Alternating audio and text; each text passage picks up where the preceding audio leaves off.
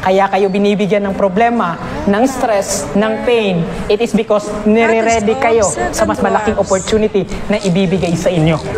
Yes, that's the reason na nag-grow kayo. Kaya nga sabi na, failing is not bad.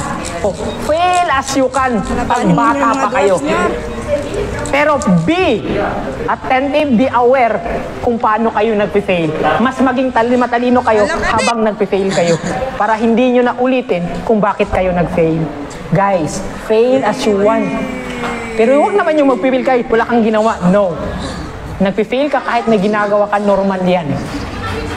But please, maging matalino kayo pag bumagsak kayo. You need to know bakit ka bumagsak. Para pagdating ng panahon, hindi mo na uulitin para hindi ka na mabagsak. Please, fail as you can.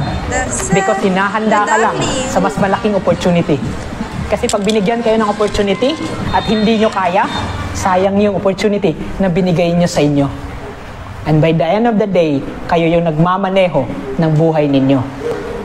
Anong gawin ninyo? Paliko, pakanan, bahala kayo. Kung tumingin kayo sa likod, bahala kayo.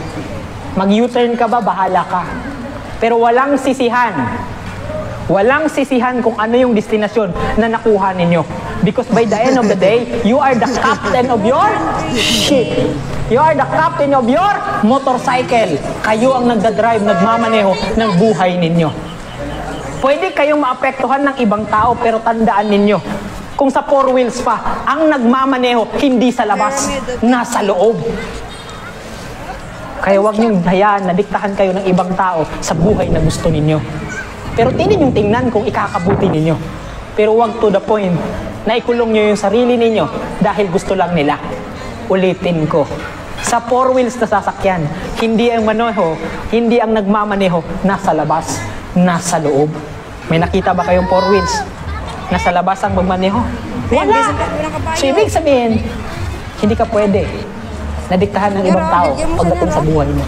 Pwede mo ilabas sa windshield, buksan yung windshield at sabihin, what? Pero hindi ka pwede, nahayaan sila na magmaneho para sa'yo.